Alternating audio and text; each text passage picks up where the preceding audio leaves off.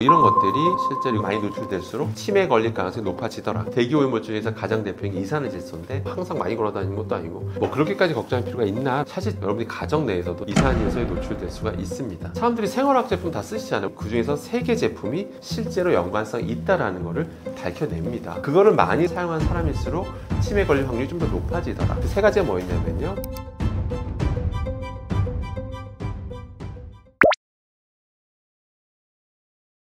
치매에 대해서 좀 말씀드리고 싶은데요. 일단 뭐 치매라고 하는 거는 뭐 전 세계적으로 가장 관심이 많은 병이라고 할 수가 있겠죠. 일단은 뭐 이런 말도 있더라고요. 치매에 걸리면 뭐 본인은 행복해지고 주변은 불행해지는 뭐 그런 병이다. 뭐 이렇게 표현하기도 하더라고요. 뭐 근데 다 불행한 거라고 봐야겠죠. 근데 일단 뭐 사회적 비용도 엄청나고요. 본인과 가족의 피해는 말할 것도 없지만 거기에 들어가는 비용들, 그런 사회적 비용도 엄청나고요. 또 결국 우리가 내는 의료보험비도 점점 늘어나겠죠. 네, 그렇기 때문에 당연히 최대한 치매 환자가 늘어나지 않는 게 가장 중요할 겁니다. 근데 이건 모든 나라가 사실 다 같은 마음이거든요. 그래서 치매에 대한 연구가 정말 활발합니다. 뭐 의학계든 일반 과학계든 굉장히 치매에 대한 원인들 이런 것들 막 계속 연구하고 있는데요. 그래서 저는 이제 제 화학 관련 전문가로서 관련된 얘기를 좀 드리도록 하겠습니다. 최근에 이제 치매 원인이 뭐 종류가 너무 많잖아요. 너무 많은데 최근에 좀 이제 우리가 좀 눈여겨봐야 될 그런 연구 결과들이 나온 게 있습니다. 치매가 과연 뭐와 관련이 있을까라고 했더니 일단 뭐 크게 중금속들, 어떤 유해한 중금속들, 납이라든지 카드뮴이라든지 뭐 수은이라든지 이런 중금속과 확실히 상관관계가 있다라고 하는 그런 연구 결과가 또 최근에 나온 바가 있고요. 뿐만 아니라 최근에 더 충격적인 결과가 나온 바가 있습니다. 대기오염 있죠. 우리 대기오염 항상 이렇게 우습게 보면 안 되잖아요. 항상 그 전 세계로 대기오염 관리하잖아요. 대기오염을 일으키는 주된 어떤 위험한 어떤 기체가 있거든요. 어떤 이산화질소 이런 것들이 대표적인 건데, 그런 이산화질소 같은 것들이 많이 노출되면 노출될수록 확실히 치매와의 상관관계가 있다라는 것이 또 최근에 밝혀진 바가 있습니다. 그러니까 결론은 유해하다고 알려진 것들이 실제 우리 몸에 유입되면 치매까지 영향을 줄 수 있다는 게 밝혀진 거죠. 일단은 중금속들, 중금속 중에서 납, 그다음에 카드뮴, 수은, 또 비소 뭐 이런 것들이 실제로 이거 노출되면 많이 노출될수록 치매에 걸릴 가능성이 높아지더라. 그런 상관관계가, 명확한 상관관계가 있다는 게 밝혀졌고요. 뿐만 아니라 우리가 대기오염 물질도 있죠. 대기오염물 중에서 가장 대표적인 게 이산화질소인데, 이산화질소에 많이 노출되면 노출될수록 우리가 치매에 걸릴 가능성이 높다라는 거죠. 자, 그러면 다들 이렇게 생각하세요. 대기오염 물질 우리가 뭐 안 좋은 거 다 알고 있고, 근데 우리가 뭐 우리가 이제 차도가 옆에 인도가 있잖아요. 인도 걷다 보면 당연히 이제 자동차로부터 나온 매연 있죠. 매연에서 배기가스에서 이산화질소 많이 우리가 접하게 되는데, 근데 뭐 우리가 뭐 항상 걸어다니는 것도 아니고, 차도 옆을 우리가 뭐 항상 많이 걸어다니는 것도 아니고, 뭐 그렇게까지 걱정할 필요가 있나라고 이제 질문 주신 경우도 있는데요. 사실은 바깥에서는 그런 자동차가 어떤 이산화질소 배출에 이제 주된 원인이라면, 사실 집안에서도, 여러분이 가정 내에서도 사실은 이산화질소에 노출될 수가 있습니다. 이걸 꼭 명심하셔야 됩니다. 그러니까 무슨 얘기냐면요, 다 요리하시잖아요. 다 요리해서 식사를 하실 텐데요. 요리할 때 어떤 거 이용하시죠? 바로 가스레인지를 이용하실 텐데요. 가스라는 게 정말 말 그대로 가스를 이용하는 거잖아요. 근데 가스를 태우게 되면 보통 어떤 일이 발생하냐면, 이게 유해한 가스들도 같이 발생해요. 뭐냐면 이 온도가 너무 높다 보니 가스불이, 그래서 공기 중에는 산소와 질소가 있잖아요. 거기에 화학 반응을 유도해서 결과적으로 이산화질소도 배출이 되게 됩니다. 이산화질소 아까 뭐라고 했죠? 자동차 배기가스에서 나오는 거잖아요. 대기오염 물질이잖아요. 근데 그게 가스레인지 요리하는 과정에서 나온다라는 거죠. 이런 것들을 앞에 요리하시는 분들은 상대적으로 더 많은 고농도로 들이마시게 되게 되겠죠. 그럴 경우에는 아까 말씀드린 대로 치매랑도 상관관련이 있다라고 하니까 반드시 그런 걸 주의하셔야 되겠죠. 그럼 가스불 안 쓰고 어떻게 될까요? 뭐 전기레인지를 교체하는 것도 한 방법이겠지만 당장 교체하기 어려운 경우도 있잖아요. 그러면 그 때문에 반드시 요리하실 때는 반드시 환기를 하셔야 됩니다. 근데 보통 환기하라고 하면 보통 이렇게 하세요. 딱 가스레인지 앞에 있고 옆에 있는 문 하나 살짝 여세요. 이게 환기라고 생각하세요. 근데 그건 환기가 아닙니다. 그 정도에서 환기가 잘 안 돼요. 실제 실험해봐도 제대로 희석이 잘 안 됩니다. 반드시 2군데는 여셔야 됩니다. 그냥 공기 순환이 되면서 유해가스 농도가 확 낮아져요. 그렇기 때문에 반드시 2군데 이상 여서서 반드시 환기가 잘 되게 하는 게 중요합니다. 이렇게 얘기하면 너무 좀 오버하시는 거 아닙니까? 이렇게 생각할 수도 있는데 그렇지 않습니다. 지금 미국에서는요, 이 가스레인지 금지 추진 법안이 진행 중입니다. 지금 캘리포니아주와 뉴욕주는 지금 진행 중이고요. 당일 관련 업체에서 소송을 걸었죠. 행정소송 걸었고 지금 재판 중입니다. 1심 결과 나왔고 2심 결과 나왔고 지금 3심 결과 남았습니다. 3심에서 딱 결론 나면 미국 캘리포니아주와 뉴욕주에서는 공식적으로 가스레인지 더 이상 판매할 수가 없습니다. 써서는 안 된다는 얘기예요. 그 정도입니다. 왜 그랬을까요? 그들은 뭐 과학 기술이 떨어져서 뭐 황당한 소문만 믿고 그렇게 하는 걸까? 아니겠죠. 공식 미국 화학협회에서도 입장문을 냈습니다. 가스레인지를 켜는 것만으로도 유해 물질이 너무 많이 발생하니까 이거는 반드시 좀 교체해야 된다. 전기레인지를 교체할 것을 촉구한다라고 입장문을 낸 적도 있습니다. 그렇기 때문에 여러분들 그게 미국에서 그렇게 바뀌면 우리나라도 영향을 받겠죠? 네, 그럼 그때 가서 너무 후회하지 마시고 반드시 가스레인지 사용하실 때는 환기를 잘 시키셔야 된다는 꼭 명심하시기 바라겠습니다.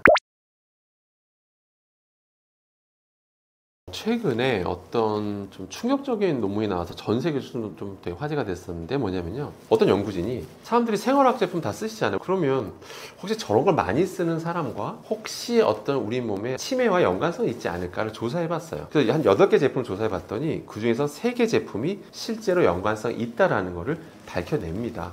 그 3가지가 뭐였냐면요. 구강청결제, 방향제, 소독제였습니다. 그러니까 그거를 많이 사용하면 사용한 사람일수록 치매 걸릴 확률이 좀 더 높아지더라. 이런 걸 이제 밝혀냈던 거죠. 많은 사람들이 충격에 휩싸였죠. 일상적으로 많이 쓰는 거니까요. 그럼 도대체 왜 그럴까? 이제 그것까지 이제 후속 연구가 더 많이 필요한 상황인데요. 근데 여기서 약간 잠정적인 좀 결론을 내면 추정을 하자면 저 3가지 공통점이 뭐냐면 그리고 일상적으로 우리가 좀 더 많이 접하는 거고요. 그러니까 그때 8개 조사했다고 했잖아요. 근데 3개가 더 관련있다고 했는데 상대로 8개 중에 저 3개가 좀 더 우리가 사용 빈도수가 좀 높은 거였어요. 좀 높은 거였고 그 다음 또 뭐냐면 당의 저런 제품 주제에는 살생물제 성분이 들어갑니다. 살생물제가 뭐냐면 한마디로 제품의 보존력을 늘려주는 뭐 그런 것도 있고요. 한마디로 어떤 항균 능력이 있는 그런 성분들이 이제 당이 그 안에 있는 건데요. 당이 그래야지 뭐 소독도 되고 그런 거잖아요.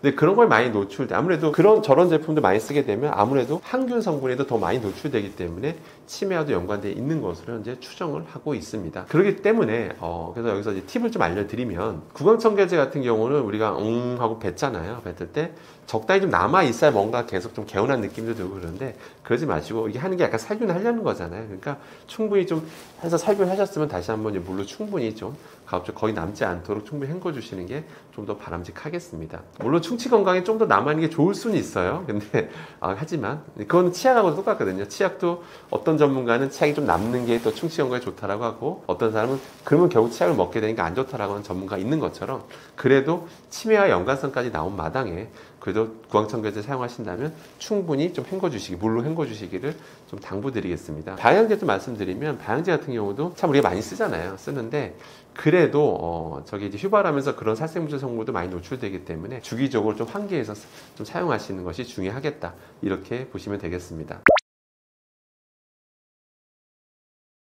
당시 연구 결과도 흥미로웠던 게 여성한테서 저런 화학제품 사용량과 어떤 그 인지기능 저하 능력이 좀 상관관계 더 강하게 나타나다 이렇게 나왔는데 근데 그거에 대해서도 연구진도 명확하게 뭐 밝힌 건 아닙니다. 사실 명확히 결론 난 건 아닌데요. 추정하자면 상대적으로 방향제나 뭐 소독제나 어떤 구강청결제나 사용 빈도수가 상대적으로 여성이 좀 높을 가능성이 있거든요. 또 뭔가 소독, 뭔가 청소 이런 것도 관련해서도 상대적으로 남성보다 여성이 좀 더 많이 사용할 가능성들이 있고 그러다 보니까 좀 더 노출될 가능성이 많다라고 현재 추정을 하고 있는데 아직까지 명확히 결론 난 건 없습니다. 근데 저는 뭐 똑같은 양이 남성, 여성 똑같이 노출된다면 비슷한 효과가 나타났을 것으로 봅니다. 그러니까 결론은 너무 과하게 노출되지 않도록 충분히 헹궈주거나 충분히 환기시켜주거나 그렇게 좀 현명하게 쓰시는 게 가장 중요하다라고 보시면 되겠습니다. 이렇게 기억하셔야 됩니다. 우리 구독자님들께서는 실내질은 시간이 지나면 무조건 안 좋아진다. 이렇게만 기억하시면 됩니다. 자, 2가지 원인이 있는데요. 예전에 저도 실험 영상 보고 저도 좀 놀란 적이 있었는데요. 뭐냐면 그냥 일반 가정집이에요. 새로운 뭐 가구도 없어요. 가구도 없는데 그런 이제 공기 어떤 유해한 화학 물질들 이제 분석하는 장비를 가지고 측정을 해보니까 시간이 지나니까 서서히 포름알데히드 수치가 조금씩 계속 높아지더라고요. 포름알데히드 1군 발암 물질입니다. 너무 당황스럽죠. 그냥 일반 가정집에서 실내에서 측정한 건데 포름알데히드 농도가 시간이 지나면 계속 높아져서 놀랐던 적이 있는데요.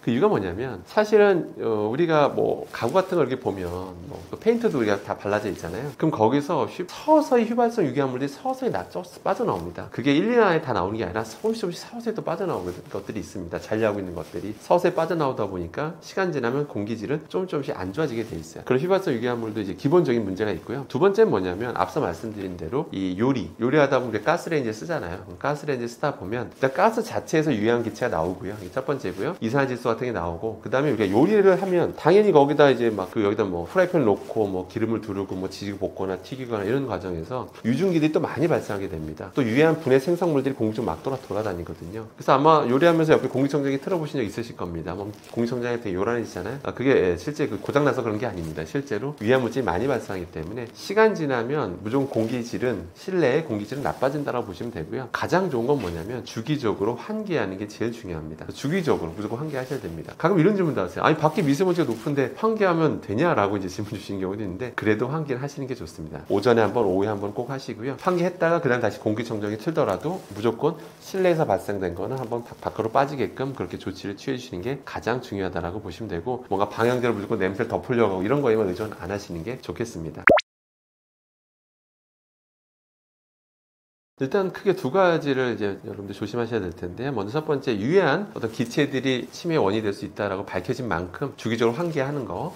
또 요리하실 때, 또 가스레인지 켜셨을 때 또 환기하시는 거, 그것도 중요하고요. 그 다음에 이제 중금속 말씀드리면, 뭐, 카드뮴, 납, 뭐, 수은, 뭐, 이런, 뭐, 비소, 이런 것들이 대해서 많이 노출돼서 또 위험하다고 알려져 있잖아요. 그런 중금속이 또 들어오면 잘 안 빠집니다. 잘 안 빠지기 때문에 전 세계적으로 관리하는 거고, 식품의 기준치를 정해서 관리하는 거거든요. 그럼 결론 이런 것들 최대한 노출을 줄이는 방법은, 가장 좋은 방법은 소식입니다, 사실. 기본적으로 소식하시게 되면, 실질적으로 소식하시는 분이 치매 발병률이 낮다는 건 이미 뭐 예전부터 알려져 있는 거고요. 그래서, 근데 저도 이런 자료를 공부할수록 왜 소식하시는 분들이 건강하고 왜 치매 덜 걸리는지 알겠더라고요. 일단 기본에 노출된 양, 절대적 양이 줄어들게 됩니다. 그 다음에 약간 이런 유해한 중금속들이 수산물에서 아무래도 농도가 좀 높게 나오는 것도 현실입니다. 수산물은 사실 죄는 없어요. 어업 종사자분도 죄는 없습니다. 바다가 오염되면서 나오는 그냥 하나의 현상입니다. 그 때문에 수산물이 요즘 중금속 오염도가 심각해지고 있기 때문에 기본적으로 섭취량 좀 줄이시는 게 좀 좋고요. 그 다음에 기본적으로 또 드신다면 팔팔 끓이는 탕이라면 반드시 국물까지 드시지 마시고 가급적 이런 건더기 위주로만 드시는 식습관을 실천하시는 것이 가장 바람직하다고 보시면 되겠습니다. 네, 사실은 제가 제 개인적인 유튜브 채널을 통해서 이제 대중분들과 많이 소통하고 있는데요. 어떤 유해한 화학물질에 대해서 알려드리는 시간을 갖고 있습니다. 근데 한편에 이런 질문도 상당히 좀 많이 받는데요. 아니, 이것저것 따지면 어떻게 사냐라고 이제 질문 주시기도 하고, 이것저것 따지면 다시 원시 시대로 돌아가야 되는 거 아니냐? 이렇게 질문 주시는 경우도 있는데요. 제가 그런 채널을 운영하고 말씀드리는 게, 이것도 하지 말고 저것도 하지 말고 원시대로 돌아가자.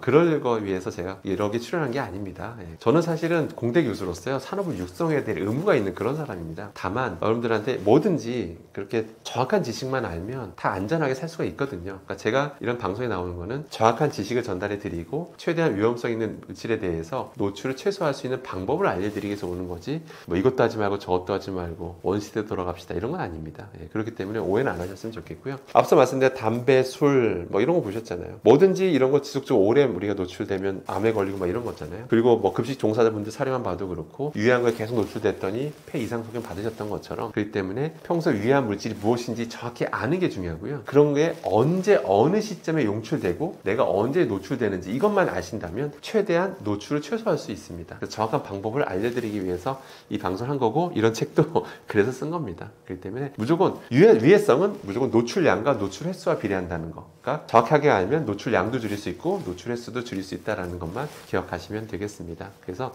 정확한 지식이 제일 중요하다. 이렇게 기억하시면 되겠습니다. 그래서 저는 너희 또 만나 뵙게 돼서 너무 반갑고요. 저는 상명대학교 강사 교수였습니다. 다음 기회에 또 뵐 수 있길 바라겠습니다. 이상입니다.